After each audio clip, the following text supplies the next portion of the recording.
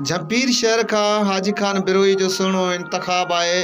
सलीब जो सॾ किताब मां ख़ूबसूरत एहसास।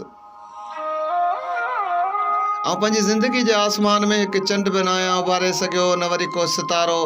मुंहिंजो सॾ ॿुधण लाइ तयारु आहे। ऐं उन उदास शहर जो रौलाक रूह थी वियो आहियां, जिन जूं सभु ख़ुशियूं क़तल थी वियूं हुजनि ऐं सिर्फ़ु तनायूं ई उन ते तॾो विछाए सोग में शामिल नज़र अचनि। दिल जे उन दौर मां गुज़री रहियो आहियां जिते एहसास बिना तरस जे था तड़पाया वञनि। सच पुछे त अॼु बि तो लाइ अखियुनि में इश्क भरे इंतज़ार जूं में उन करे ई मरी रहियो आहियां त मोहबतुनि जे मींहं मां प्यार जे सुकल जिस्म खे हिकु दफ़ो ॿीहर पुसाइजे ऐं हिकु अहिड़ो गीत ॻाइजे जेको तुंहिंजे ई मुंहिंजे चपनि खां सवाइ ॿिए कंहिंजे बि हिसे में न आयो हुजे। पर छा कजे, तूं मुंहिंजे ज़िंदगी जे ख़ाली आसमान में बारिश जो रूप वठी वसण लाइ तयार ई न आहीं ऐं न ई को गीत बणिजी हवाउनि में गॾु हलण लाइ तयारु आहीं। बकुल जबार जुणिजे जे त तुंहिंजे मस्त अखियुनि मूंखे मुतासिर कयो,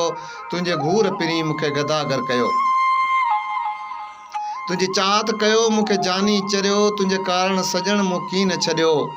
तब तिर जे बराबरि तोखे तरस न पियो, तुंहिंजे मोहबत मिठा मूंखे मुसाफ़िर कयो, तुंहिंजे मस्त अखियुनि मूंखे मुतासिर कयो। सभु मर्ज़ियूं तुंहिंजूं मूं सुहिणा रखियूं तब कोन मञूं, तूं मिंथो मुंहिंजूं तुंहिंजे अखियुनि ते थियूं आशिक़ अखियूं, तुंहिंजी सूंहं सितम मूं ते सरासर कयो, तुंहिंजे मस्त अखियुनि मूंखे मुतासिर कयो। मां जान तुंहिंजी तूं जिस्म मुंहिंजो, मां अॼु बि आहियां इहो साॻी तुंहिंजो, तूं मञी न मञी चे जबार जूणे जो, तुंहिंजे नींहं सॼण मूंखे निशान भर कयो, तुंहिंजे मस्त अखियुनि मूंखे मुतासिर कयो, तुंहिंजे मस्त अखियुनि मूंखे मुतासिर कयो, तुंहिंजे घूर पिरी मूंखे गदागर कयो, तुंहिंजी घूर पिरी मूंखे गदागर कयो।